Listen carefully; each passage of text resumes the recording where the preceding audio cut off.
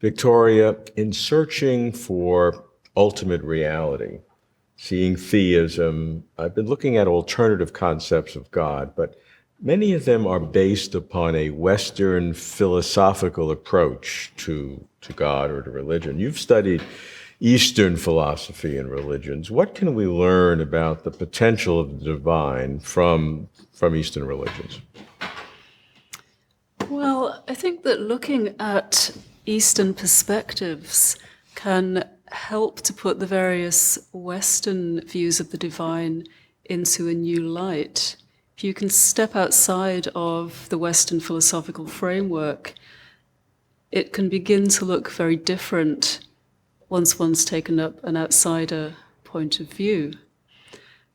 So, thinking within the Western tradition, the dominant conception of the divine obviously would be the conception that you get from the Abrahamic religions, Judaism, Christianity, and Islam.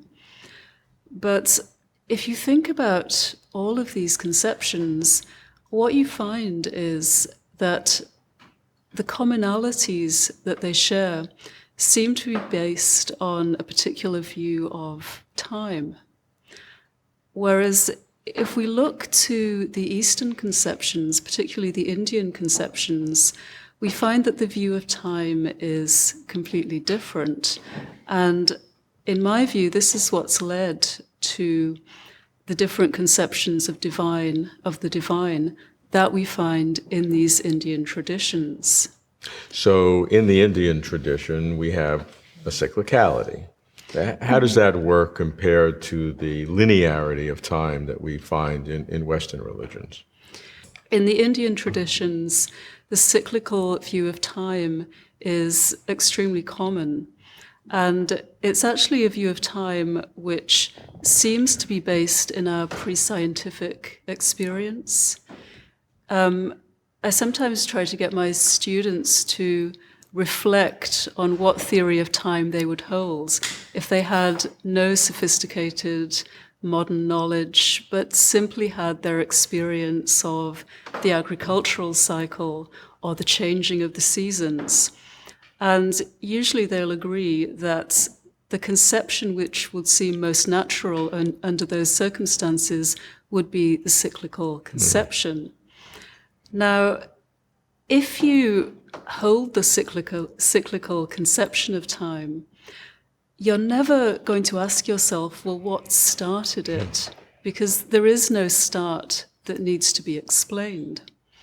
Whereas as soon as you shift away from this cyclical view and replace it with a linear view, then the question is going to arise, well, what started it? What accounts for the beginning of time? And it's the moment when this question is raised that opens the space, if you like, the conceptual space for the introduction of the idea of the Creator God. And to cut rather a long historical story short, because this linear view of time became predominant in the West, the notion of the Creator God also became predominant in the West.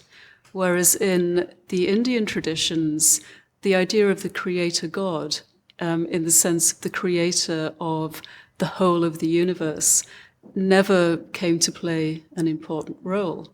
There was nothing that needed to be explained by this Creator God. So we wouldn't say that there's no conception of the divine in India. That would be clearly false. There are many conceptions of the divine, but they don't really include this idea of the divine as the beginner of creation, as standing somehow at the first moment in time. So this, in my view, explains the key differences between Western conceptions of the divine and the Indian conceptions. That makes eminent sense. We can ask whether a cyclical view of time based on agrarian society and pre-scientific, as you've said, is helpful, because being pre-scientific by its own statement shows that it's an earlier way of thinking. But you said it does help us enrich our understanding, even in the West. How does that work? Well, I personally find it very helpful to think about how it is that the idea of the creator God, the omni God of the Abrahamic traditions, how that idea was formed and why or how it became so powerful within this culture. Simply understanding that within a historical context, I think, can be very useful for understanding the role that that idea still has today.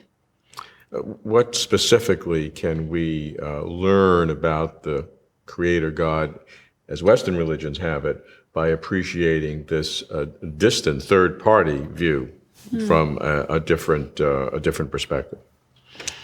Well, once you start thinking about the idea of God as something that was introduced in order to answer a very specific question, it begins to make sense why God is described as having the particular qualities which God is traditionally in the West ascribed as having. Why does God have to be omnipotent? Well, because God has to have the power to create the cosmos, to set time rolling. Why does God have to be good? Well, because this accounts for the sense of progress which comes with the linear view of time. The idea tends to be that time is progressing and with the world or the cosmos is moving from a worse state into a better one. So hence the God which is associated with this idea is seen as benevolent. Also, omniscience, another traditional quality which is ascribed to this idea of God, is important because once you have the idea that history is progressing, and you also have the idea of the Creator God, it makes sense that you would want the God to actually know how history is going to turn out. So what's the end point going to be? Well, God knows. So omniscience is an important quality for this idea of God. So the way that I'm thinking about this tries to take the idea of God as it is within mainstream Western cultures and look at it from a historical perspective, ask, well, how did it come to be the way that it is? What is it about these qualities that seemed so compelling? Because on the face of it, God could have been described in many different ways. We could have emphasized a whole range of different attributes of God, but we didn't. Our culture, the Western culture, picked the kinds of attributes which I've been talking about, and this is how God came to be described. And to get the full picture of this, I think it really helps to contrast this with what happened in India, where you do get different conceptions of the divine.